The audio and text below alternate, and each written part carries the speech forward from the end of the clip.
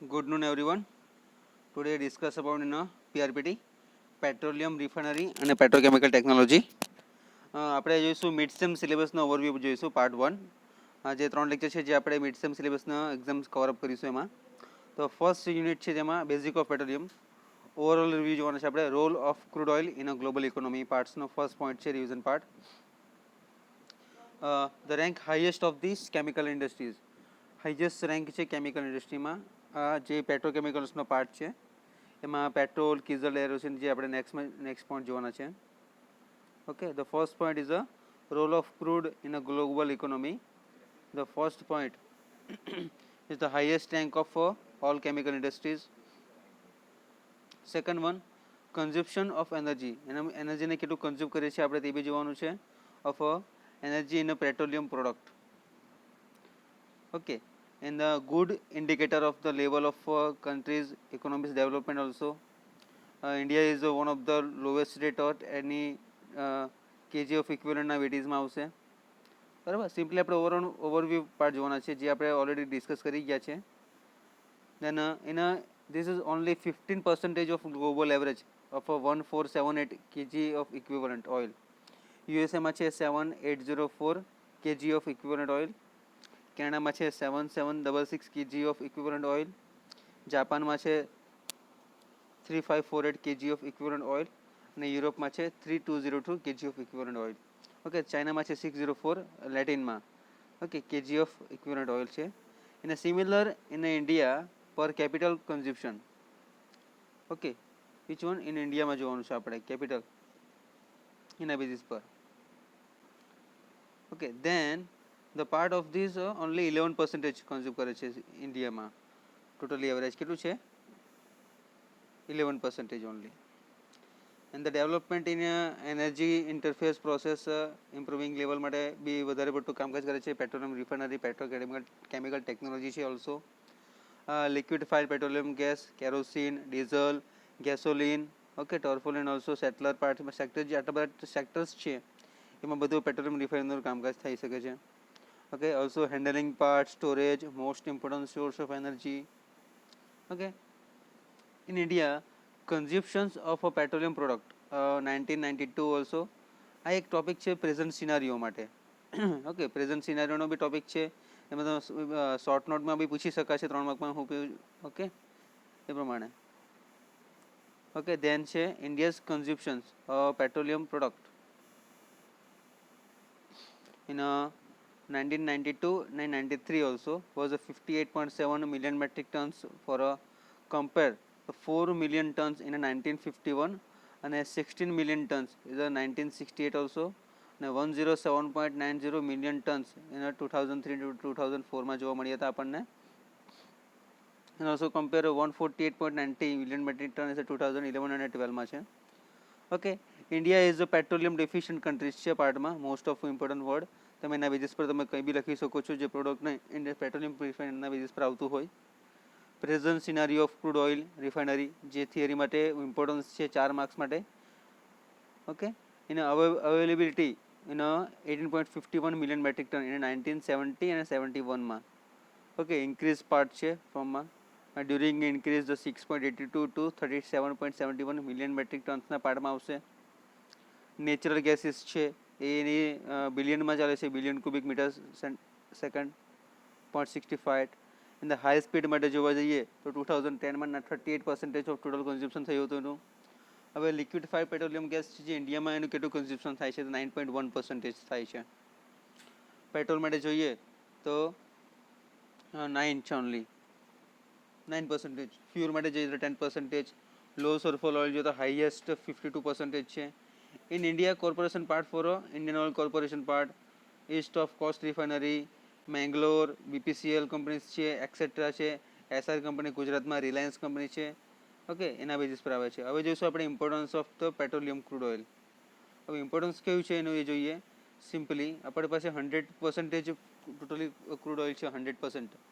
તો અકરન્સ માટે જોઈએ તો સિમ્પલી એના યીલ્ડ અને કન્વર્ઝન પર ડિપેન્ડન્ટ હોય. જે પેટ્રોલિયમ એમાં બેઝિસ હોય જેમાં કાર્બનના પર્સન્ટેજ કેટલો હોય, હાઇડ્રોજનના પર્સન્ટેજ કેટલા હોય.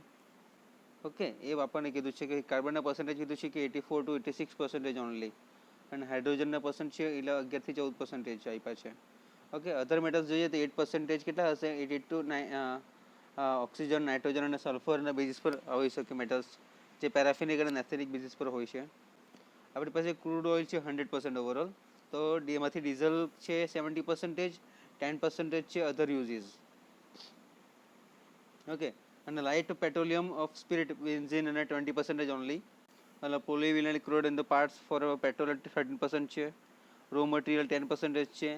પેરાફિનિક પ્લાસ્ટિક્સ મેન્યુફેક્ચરિંગ કરે છે 4%. એમાંથી nylon, polymer, polyester, polypropylene, polyethyl, okay, form છે 4 છે. બધી ઘણી બધી વસ્તુ તમે કરી શકો છો.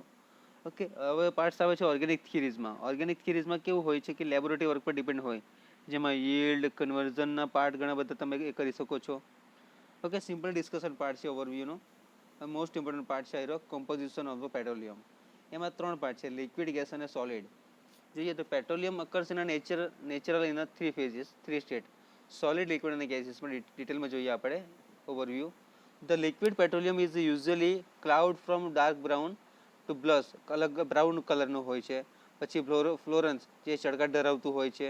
બ્રાઉન ફૂલ જેવો કલર હોય છે, બરાબર. તે આ પાર્ટનું હોઈ શકે કોમ્પોઝિશન ઓફ પેટ્રોલિયમમાં. Okay, the semi solid or solid petroleum જોઈએ, જે આપણને પીચ નામે ઓળખાય. પિંચ યુઝ્યુઅલી બ્લેક ઇન કલરમાં આવે, બ્લેક કલરમાં હોય છે. Okay, for example such as a vast એટલે મોટું deposit of a petroleum in a solid સ્ટેટમાં હોય છે. The gaseous deposit of a petroleum are known as the natural gaseous deposit, where sometimes while gaseous are also a complaint or a boiling point 30 degrees Celsius also. Associated receiver contain gas mainly in the dissolve from in the liquid petroleum part. Okay, coefficient of petroleum જોવા જઈએ તો offered depends not very much on origin of formation. Okay, formation part, but change in with time, storage, different state also. It is a homogeneous series mixture of various hydrocarbon of structure and ring structure માં હોઈ શકે. Okay, તો average ultimate coefficient of performance જોવા જઈએ COP. Okay, આપણે union oil product બી જોવાના છે એના બેઝિસ પર કે કઈ રીતનું આવશે તે પ્રમાણે. Okay, is mainly given in the terms of the constitute for a hydrocarbon also. તો મેઇનલી કાર્બન અને હાઇડ્રોજન પર્સન્ટેજ જોયું છે, બિલોમાં આપ્યું છે કે કાર્બનના પર્સન્ટેજ 84 થી 86% છે અને હાઇડ્રોજનના છે 11 થી 14% છે. ઓકે, અધર મેજર ફેક્ટર્સ એલિમેન્ટ આપ્યા છે. ટોટલ ઇમ્પોર્ટન્સ ફેક્ટર છે અધર સલ્ફર, નાઇટ્રોજન અને ઓક્સિજન્સના આપ્યા છે. Okay, generally these 3 elements combined do not exist, 5% only. Okay, simply કેટલા પર્સન્ટેજ છે? 5% only આપ્યું છે, બરાબર. And the expression of can be traced all crude Russian or crude oil bulk phase actions માં આપ્યું છે. The bulk petroleum of its make up in a hydrocarbon of saturated compounds like paraffinic, naphthenics also unsaturated cyclic compound હોઈ શકે. Okay, the highest carbon atoms present in the C70. Okay, હવે general properties જોઈશું. પ્રોપર્ટીઝમાં કયા કયા parts આવશે? પેરાફિનિક base, general properties of પેરાફિનિક, જેમાં CS બ્યુટીન, આઇસોબ્યુટીન હોઈ શકે. Unsaturated oil, acetylene of the properties, alkynes, diophylenes, naphtha, aromatic, inorganic, oxygen, nitrogen, asphalt, resin, bitumens. Okay, less organics compound હોઈ શકે. આ બધા તેમાં તમે જાતે ડિસ્કશન કરી શકો છો, અલગ અલગ રિએક્શન સાથે ચેન કમ્પાઉન્ડ લખી શકો છો. આ છે એક મોસ્ટ ઇમ્પોર્ટન્ટ પોઈન્ટ જે તમને એક્ઝામમાં કામ લાગશે. મોસ્ટ ઇમ્પોર્ટન્ટ છે ક્લાસિફિકેશન અને એવોલ્યુશન ઓફ ક્રૂડ ઓઇલ. એના 3 પાર્ટ છે. Petroleum is classified into the mainly 3 conventional type: paraffinic base, naphthenic base અને મિક્સ બેઝ. તો નેપ્થેનિક બેઝ કેટલા પર્સન્ટેજ આપ્યો છે? 2 કરતાં ઓછો, લેસ ધેન છે. પેરાફિનિક બેઝ છે 5 કરતાં વધારે અને મિક્સ બેઝનો રેન્જ આપ્યો છે 2 થી 5% રેન્જ આપ્યો છે. હવે જોઈશું આપણે એનું ડિસ્કશન પાર્ટ. ડિસ્કશન પાર્ટમાં શું કહેવા માંગે છે કે some other have referred the naphthenic base as asphalt base છે. Okay, the name of the naphthenic is the more convincing homogeneous series where asphalt is a polyamide condense. The material having very high column to hydrogen ratio is the no equivalent nature of the general formulas. Okay, in the inceptive of the base of the crude all the hydrogen series listed in a previous chapter માં આપણે જોઈ ગયા હતા. Okay, this is the all part. Accordingly, the residue containing more than 5% હોય તે કયો phase કહેવાય છે? પેરાફિનિક બેઝ કહેવાય છે. અને લેસ દેન 2% હશે એને આપણે નેફ્થેનિક બેઝ કહીશું. Paraffin is a naphthenic base. હવે 2 થી 5% હશે એને આપણે કહીશું intermediate phase, paraffinic mix base કહેવાય છે. હવે એના બે કી ફિક્સન્સના પાર્ટ પડે છે, કી ફિક્સન નંબર 1 અને કી ફિક્સન નંબર 2. એમાં ડિટેલમાં થોડું ડિસ્કસ કરી. એમાં જોઈશું આપણે equations API gravity American petroleum ઇન્સ્ટિટ્યૂટનું આવશે, બરાબર. હવે key fraction number 1, this basis classification begin with a 2 choose fraction, key number 1 અને કી નંબર 2. હા, હવે કી નંબર 1માં જોઈશું kerosene has a boiling range 200 થી 50 થી 275 સુધીનું છે. અને કી ફ્રેક્શન નંબર 2માં 275 થી 300 ડિગ્રીનું હોય છે. નોર્મલ બેઝિસમાં આપણે ડિસ્કશન કરી ગયા છે, તો વધારે ડીપમાં નહીં જઈએ. બાકી બધા ઘણા બધા ટોપિક જોઈ લઈએ મિડસમને રિલેટેડ. એના પ્રેશર કેટલું છે? 389 to 422 to 1760 mm પ્રેશર. હવે ધ અમેરિકન પેટ્રોલિયમ અમેરિકન ગ્રેવિટીઝ છે of these fractions are the final found out the and the base of crude then characteristics also. When the key friction number 1 has a 40 mmHg API gravity, it has a paraffinic base less than 33% છે. આનો API છે 33 થી 40 છે. બીજા fraction નંબરમાં જોઈએ તો બીજો પોઈન્ટ છે, in case of the key fraction number 2 often there is a waxy અને waxy crude oil point. Okay, તો પોર પોઈન્ટ આપણે જોઈ ગયા ડેફિનેશન્સમાં કે માઇનસ ટેમ્પરેચરમાં આવે છે. એની ટેમ્પરેચર કેટલું છે? -2 to 5 ડિગ્રી સેલ્સિયસ સુધીનું હોય છે. હવે pour point less than 3 degree Celsius બતાવે છે ઓર ધીસ ફ્રેક્શન્સ માટે. તો based on the follow free fractions is followed with subscript waxy crude oil API ગ્રેવિટીનું ઇક્વેશન્સ છે અમેરિકન પેટ્રોલિયમ ઇન્સ્ટિટ્યૂટ. તો એના બેઝિસ પર આપણે જોઈએ તો એપીઆઈ ગ્રેવિટીનું ઇક્વેશન્સ છે 141.5 by row minus 131.5, where rho is equal to specific gravity of a fraction at this degree Celsius. Okay, API gravity મેગ્નેસ ફેઝમાં જોઈએ તો એપીઆઈ ગ્રેવિટી ઓફ ધ ફ્રેક્શન્સના પાર્ટમાં આવે. તો હવે મિક્સ ફ્રેક્શન્સ માટે આપણે જોઈએ શું આવશે, ડિસ્કસ કરીએ આપણે. As the specific gravity of a close boiling point cut to the usually lives very close to each other point. Okay, these magnifications in the part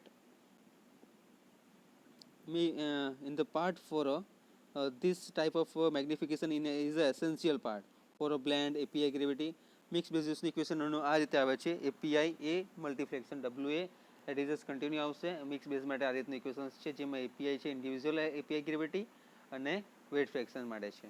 હવે જોઈએ આપણે યુઓપી ફ્રેક્શન્સ માટે, યુનિયન ઓઇલ પ્રોડક્ટ માટે મેઇન ઇક્વેશન્સ જોઈ ગયા હતા કે characteristic factor માટે શું વપરાય છે? કેપિટલ સી, કેપિટલ કે વપરાશે. The characterization factor is an emerged utility factor in these ways. Okay, so usually it has a capacity to predict the qualitative of crude oil. In that it can also provide the data of the fractions માટે જોઈશું. હવે API gravity of molecular weight at a what other point, other parameter માં જોઈએ તો all necessary known information about the this equation. Capital K is equal to under root R3 by 0.827 is equal to 3 under root temperature as a Armstrong by rho. Is a K very much greater than 12.5 is a paraffinic base and a K very much less than is a naphthenic base માં આવશે. Where the original K factor was formulated on R અને rho છે. તો R બરાબર છે average boiling point છે અને K છે તમારું ટેમ્પરેચર ડિગ્રી રેન્કાઇન સાયકલમાં બતાવ્યું છે. હવે રો બરાબર છે સ્પેસિફિક ગ્રેવિટી તો 15.6 બતાવ્યું છે. હવે પેરાફિનિક બેઝ માટે જોઈએ, આ પોઈન્ટ આપણે ડિસ્કસ કરી ગયા છે ઓલરેડી, બરાબર. તો યુપી માટેની ઇક્વેશન્સ છે. હવે મિક્સ બેસિસમાં જઈશું તો K1W1 plus K2W2 plus K3W3, બરાબર. તો W શું છે આપણું વેટ ફ્રેક્શન છે અને K છે આપણો રિસ્પેક્ટિવ સી ફેક્ટર છે, બરાબર. હવે આ એક ઇમ્પોર્ટન્સ છે કોરિલેશન ઇન્ડેક્સ. હવે એના બેઝિસ પર જોઈશું બોઇલિંગ પોઈન્ટની ગ્રેવિટી. તો CI is equal to 48640 by TB plus 4737.7 rho minus 456.8. Notification already discuss છે, આપ્યું છે, જોઈ લેજો, બરાબર. ડિસ્ટિલેશન કેરેક્ટરિસ્ટિકમાં જોઈએ TBP પોઈન્ટ, ટ્રુ બોઇલિંગ પોઈન્ટનું આપ્યું છે આ પ્રમાણે, બરાબર. હવે સિમ્પલી આ આપણે ફિગર જોઈ લઈએ. મેન ફિગર કઈ આપી છે તે જોવાની છે ખાસ તો. અને ડિસ્કશન પાર્ટ આપણે ઓલરેડી ખ્યાલ જ છે કે ટ્રુ બોઇલિંગ પોઈન્ટ આપણે કઈ રીતે કરી ગયા હતા એ પ્રમાણે. ઓકે, ડાયરેક્ટ ક્રૂડ રીતે આપ્યું છે. Okay, this is a crude assay analysis. Distillation કેરેક્ટરિસ્ટિક્સમાં આવે છે. SS and true boiling point, ASTM distillation also part for this also revision part. Okay, chapter 2 નું રિવિઝન આપણે નેક્સ્ટ લેક્ચરમાં કરીશું, બરાબર. આ ફર્સ્ટ ચેપ્ટરનું રિવિઝન પાર્ટ છે ઓવરવ્યુ ઇન્ટરમીડિયેટ એક્ઝામ.